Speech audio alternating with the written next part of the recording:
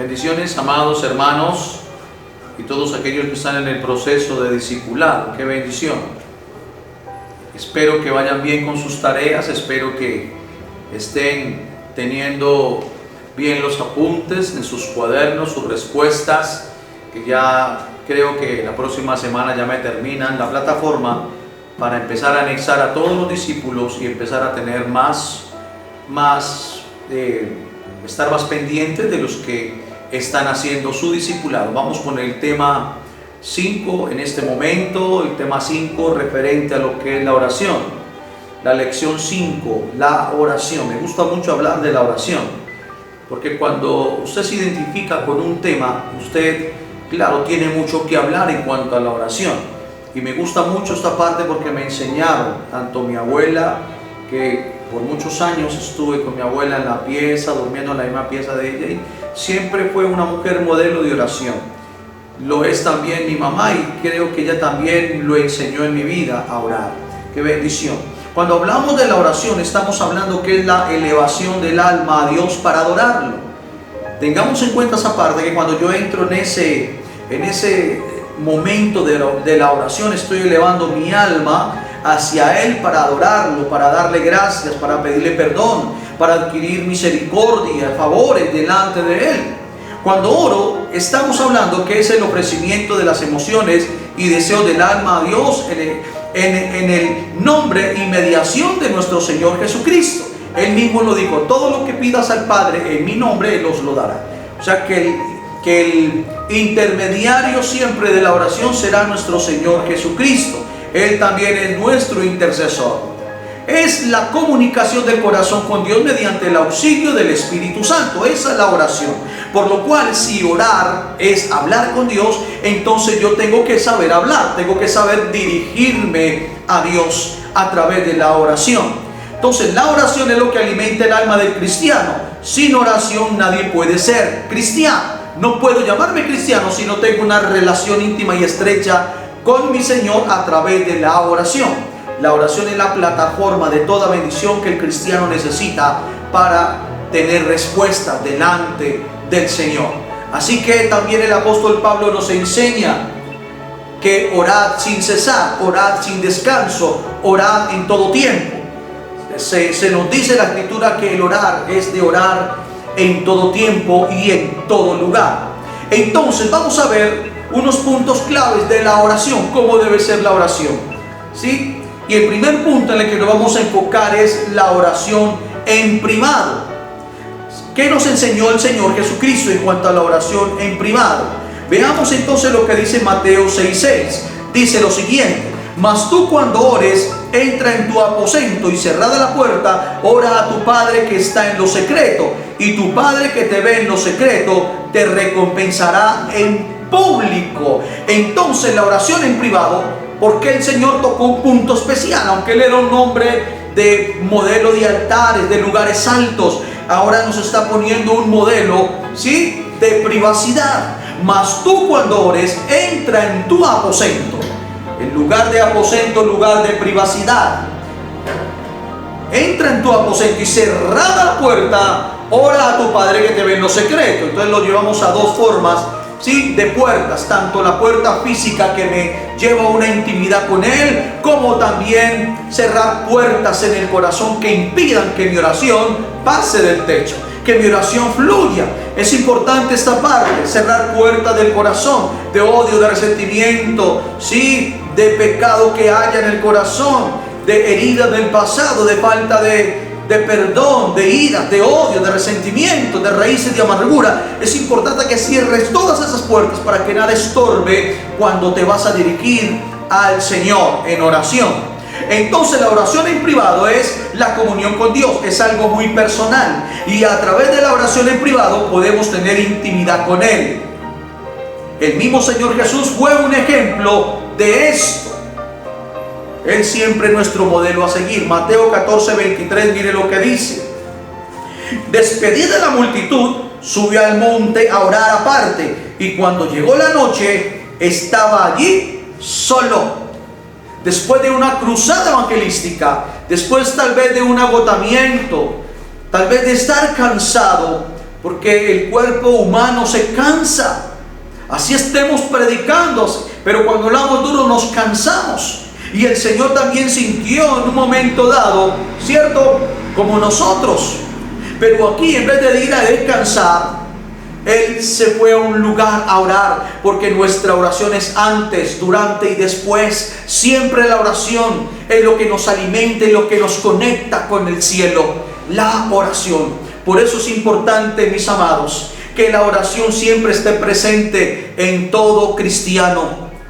Todo intercesor debe ser una persona que ora constantemente. No todo el que ora es un intercesor, pero todo intercesor sí debe de orar. Importante esta parte. Entonces, esta clase de oración nos fortalece espiritualmente y podemos pedir la guianza de Dios para las actividades del día, para ser guardados del pecado y tener la protección de Dios. A través de esta oración podemos comunicarnos, ¿sí? Podemos comunicarnos delante de Dios y poder expresar a Él nuestras más íntimas cosas para que Él actúe a nuestro favor. Por eso cuando Él dice entra en tu aposento, Él me está diciendo empieza a tener intimidad conmigo, desnuda tu corazón delante de mí. Eso es lo que significa la oración. Por eso debemos de orar siempre como lo hacía Daniel. Dice que Daniel oraba 3 veces al día. Y aunque un día fue confrontado por su oración, sí, le fue mal a aquellos que se metieron con la oración de Daniel, porque es el diálogo que mantengo con mi Creador. Tengamos en cuenta esa parte. Gloria al Señor. Ya vimos entonces lo que es la oración en privado. Ahora lo que es la oración en familia. Josué 24:15, estamos viendo en Josué 24:15 una despedida que Josué está haciendo, ¿sí? Con todas las autoridades de Israel, con los ancianos, con jueces de familia, con los príncipes, con el liderazgo, con todos. Se está despidiendo de ellos porque vio que ellos, aunque estaban en tierra prometida, no querían soltar a sus dioses. Entonces Josué los confrontó y les dijo: si mal os parece servir a Jehová, escogeos hoy a quién sirváis. A los dioses quienes sirvieron sus padres al otro lado del río y en cuya tierra habitáis, pero yo y mi casa serviremos a Jehová. Como quien dice, entonces decídanse, ¿quieren entrar a la tierra prometida con sus ídolos, con lo que les enseñaron sus padres? Pero yo no. Yo voy a tener una identidad como jefe de familia, y mi familia no se va entonces a contaminar de la idolatría de ustedes. Yo y mi casa serviremos a Jehová. Entonces es importante la oración en familia, porque se levanta un altar. En el altar de familia el sacerdote siempre está orando por lo que el Señor le entregó, por una esposa, por unos hijos. Gloria al Señor. Cuando toda la familia ha escogido servir a Dios, es muy importante reunirse juntos a orar. Esto fortalece a todos los miembros de la familia y trae bendición al hogar, porque hay un altar familiar, porque hay entonces una intervención divina a través de un altar, de una fogata. Hogar viene de hoguera, donde entonces hay una hoguera encendida, donde hay una manifestación divina a través de un altar. Supremamente importante esto, mis amados. Tengan en cuenta eso, que la oración entonces, ¿sí?, fortalece a todos los miembros de la familia y trae bendición. Por eso Job dice que no tenía ningún área por donde el enemigo pudiera meterse, porque era un hombre de altar, era un hombre también de oración. No solamente en el altar se venía a traer un holocausto, sino también a tener un diálogo con Dios, porque yo le hablaba y Él respondía en fuego, consumiendo el holocausto. Importante esto, amados. Por eso en Job había una cobertura, había un vallado por donde el enemigo no tenía por dónde meterse, porque era un hombre de oración, un hombre de altar. Todos los días colocaba en el altar, según el número de sus hijos, colocaba en el altar. Por cada uno colocaba un animal y ofrecía ofrenda a Dios. No porque sus hijos hubieran pecado, sino porque él decía: por si mis hijos han pecado. Tremendo esto, lo que nos confronta a nosotros como padres en cuanto al altar.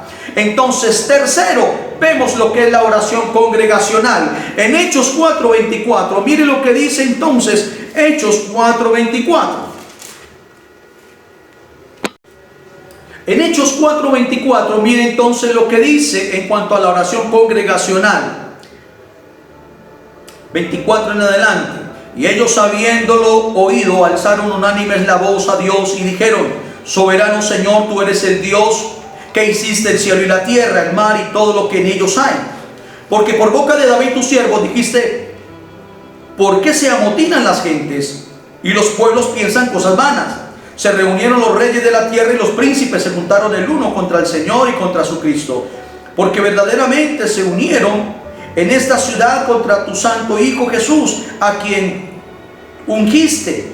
Herodes y Poncio Pilato con los gentiles y el pueblo de Israel, para hacer cuanto tu mano y tu consejo habían antes determinado que sucediera. Y ahora, Señor, mira sus amenazas y concede a tus siervos que con todo de nuevo hablen la palabra, mientras extiendes tu mano para que se hagan sanidades y señales, prodigios mediante el nombre de tu santo Hijo Jesús. Cuando hubieron orado, el lugar en que estaban congregados tembló, y todos fueron llenos del Espíritu Santo y hablaban con denuedo la palabra de Dios. Qué tremendo, una oración donde el pueblo está pidiendo confianza y valor al Señor. Una oración donde es una oración tan sustanciosa, tan poderosa delante del Señor, que cuando terminan de orar cae el poder de Dios, trayendo respuesta a sus oraciones. Qué tremendo, aunque había persecución, pero ellos pedían confianza, pedían valor, pedían fortaleza.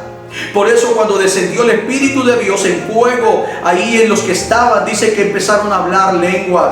Tremendo esto, qué poderoso. En el momento en que estaban congregados, dice que tembló y todos fueron llenos del Espíritu Santo y hablaban con denuedo la palabra de Dios. Eso es lo que determina a un cristiano de oración. No solamente por la intimidad que mantiene con Dios, sino también porque exterioriza el fuego, el fluir del Espíritu Santo a través de los dones. Dice que hablaron en lengua.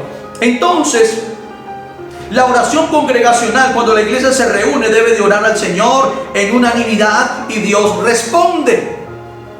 Recordemos el texto que se ha tocado mucho en este tiempo de pandemia.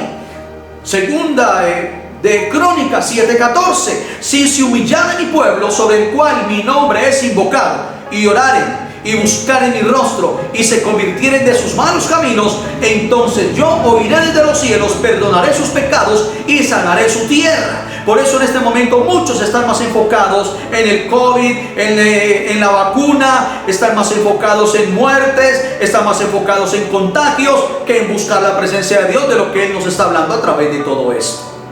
Buscando la alianza del Señor. Porque el pueblo en este tiempo necesita humillarse delante de Dios. El Señor lo está diciendo. Si se humillare mi pueblo, uno, sobre el cual mi nombre es invocado, y oraren y buscaren mi rostro y se convirtieren de sus malos caminos, ¿qué va a hacer Él? Nos va a escuchar. Yo iré de los cielos. Segundo, va a sanar nuestra tierra. Y tercero, va a perdonar nuestros pecados. Eso es lo que hace una oración de humillación delante de Dios. ¡Qué tremendo! Por eso la mujer que vino a traer el perfume de alabastro a Jesús, dice que ella se humilló, trajo lo que más valor tenía, un perfume de alabastro que ella tenía, vino y se lo ofreció a Jesús, preparándolo para la sepultura. Fue una humillación de entrega de lo más sacrificial, y ella fue luego exaltada, porque lo estaba preparando a Él. Qué tremendo esto, mis amados. Entonces, ¿cuáles son los impedimentos para que Dios escuche la oración? Primero, hay pecado en el corazón. Pecado en el corazón. Eso lo habla entonces Salmo 66:18, que el salmista lo habla. Segundo, impedimentos para que mi oración sea escuchada. Cuando hay idolatría, cuando hay algo en mi corazón que no le he entregado al Señor y le está robando al Señor el lugar que Él se merece. Él se merece el primer lugar. Nada en mi corazón le debe de robar al Señor el primer lugar. Ni mi esposa, ni mis hijos, ni mis finanzas, ni nada material, ni mis riquezas, absolutamente nada. Porque Dios es un Dios celoso, Él no comparte su gloria con nadie. Entonces, cuando le doy el primer lugar a Dios, se está cumpliendo en mí. Y le está mostrando al Señor que tú estás cumpliendo el primer y gran mandamiento de amar al Señor tu Dios con todo tu corazón, con toda tu mente, con toda tu alma y con todas tus fuerzas. Porque a Él solo vas a servir y a Él solo vas a adorar. Entonces el corazón, que es algo tan importante, es lo primero que el Señor pide de nosotros. Por eso no debe de haber absolutamente nada de idolatría en el corazón. Por eso entonces Jeremías 11, del 11 al 14, habla sobre esto. Tengan en cuenta los textos que estoy citando para que los lean y los apunten. Tercero, impedimentos para que mi oración se escuche: incredulidad, duda o falta de fe. Recuerde que en el Museo de la Fe, en Hebreos 11:6, dice: pero sin fe es imposible agradar a Dios, porque es necesario que el que se acerca a Él crea que le hay, que es galardonador de los que le buscan. Tenga en cuenta esa parte, mis amados. Sin fe es imposible agradar a Dios, porque la fe es lo que hace que yo me mueva en algo que no he visto, pero que estoy viendo en el Espíritu, porque estoy creyendo en el que no he visto, pero sé que vive. Es pues la fe, la certeza de lo que se espera, la convicción de lo que no se ve. Hebreos 11:1 habla sobre esa fe, porque la fe tiene una connotación en el griego: confianza, pistis, confianza. Tremendo esto. Cuarto, impedimentos para que mi oración sea escuchada: guardar rencor contra alguien. Mateo 6, del 12 al 15. El Señor habla muy claramente de descargar todo odio, todo rencor, todo resentimiento contra alguien. Esto es tan delicado que el Señor nos manda aún que cuando venga a ofrendar al altar del Señor, debo de ir a ponerme a cuentas con mi hermano, para que esa ofrenda no sea una ofrenda hipócrita, creyendo y mostrándole al Señor de que estoy bien con Él, ofrendándole y sabiendo que estoy cargado con mi hermano. Entonces debo de soltar todo rencor, toda raíz de amargura, todo odio, toda falta de perdón en mi corazón para ser escuchado. Entonces, tengamos en cuenta esa parte. Requisitos para que la oración sea aceptada. ¿Cuáles son esos requisitos? 5 requisitos rápidamente para que mi oración sea aceptada. Buscar a Dios de todo corazón. Jeremías 29, del 12 al 13 habla referente a esa parte del texto. Buscar a Dios de todo tu corazón, con toda tu alma y con todas tus fuerzas. Esa debe ser la forma, la actitud que Dios quiere vernos a nosotros cuando vengo a buscar a Dios. ¿Qué requisitos tengo para que mi oración sea aceptada? Hacer lo que a Dios le agrada, porque eso determina una persona obediente a Dios. En 1 de Juan 3:22 habla referente a esto: hacer lo que a Dios le agrada. Porque cuando tú eres una persona que obedeces a Dios, cuando Él te habla, entonces estás siendo formado al carácter de Cristo. Cristo, cuando predicaba en sus enseñanzas, Él decía: no he venido a hacer mi voluntad, sino la voluntad de mi Padre que me ha enviado. Tengan en cuenta esa parte, mis amados, que el discípulo tiene que marcar la diferencia siempre en hacer lo que a Dios le agrada. ¿Qué necesito para que mi oración sea escuchada? Buscar a Dios de todo mi corazón, hacer lo que a Dios le agrada, tener fe, porque sin fe es imposible agradar a Dios. Siempre el Señor lo que vino fue a restaurar también la verdadera fe en Él, la confianza en Él. Tremendo, la fe. Santiago 1, del 5 al 7 y Mateo 21, 22 habla en cuanto a referente a la fe. Sin fe es imposible agradar a Dios, porque todo el que está en Cristo está convencido de que Él vive. Amén. Así que, cuarto requisito para que mi oración sea aceptada: ser recto y justo. Es el mismo testimonio que el Señor da de Job. ¿Sí? El Señor da ese testimonio de Job. Le dice a Satanás: ¿no has visto a mi siervo Job, que no hay hombre como él en la tierra, recto, perfecto y apartado del mal? El Señor da testimonio de Job, de su rectitud, de su integridad, y un hombre como justo. El Salmo 34:15 también habla sobre el ser recto y ser justo. Y quinto, para terminar, entonces, requisitos para que mi oración sea aceptada: buscar la voluntad de Dios. Por ahí tremendo, escuché hace días una oración y le pedían al Señor: yo no acepto un no de ti, Señor, imponiéndole que tenía que responder a esa oración. Y así no es, mis amados. Cuando yo oro por un enfermo, siempre pido la voluntad del Señor. No es que se sane, no es que se muera, es la voluntad de Dios, porque la voluntad de Dios es perfecta, más que nuestras decisiones y lo que nosotros queramos. Por eso en todo lo que hagamos, mis amados, buscar la voluntad de Dios, porque la voluntad de Dios es agradable y es perfecta. Solo habla primera de Juan 5, 14 y 15 referente a los requisitos para que mi oración sea aceptada. La oración es hablar con Dios, es platicar con mi Creador. Eso es el objetivo, ¿cierto?, en mi vida, de gozarme en su presencia. Tremendo esto. Así que, mis amados, el Señor me regaló un acróstico con la palabra oración. Rápidamente, ¿qué es la oración? Según el acróstico que el Señor me daba, con la O, oír la voz de Dios. Eso es sensibilidad a oír la voz de Dios. ¿Qué es oración? Con la R, reunirme con Él en lo íntimo. Porque el reunirme con Él es como lo hacía Daniel 3 veces al día, constantemente, para mantener esa relación con Él. Con la A, ¿qué es la oración? Es ausentarme de lo secular a un lugar secreto. Lo acabamos de leer, Mateo 6:6. Con la C, ¿qué es oración? Es cultivar mi amistad con Dios. Que Él llegue un momento en que me pueda llamar amigo por esa amistad que mantengo con Él, ¿cierto?, en lo íntimo.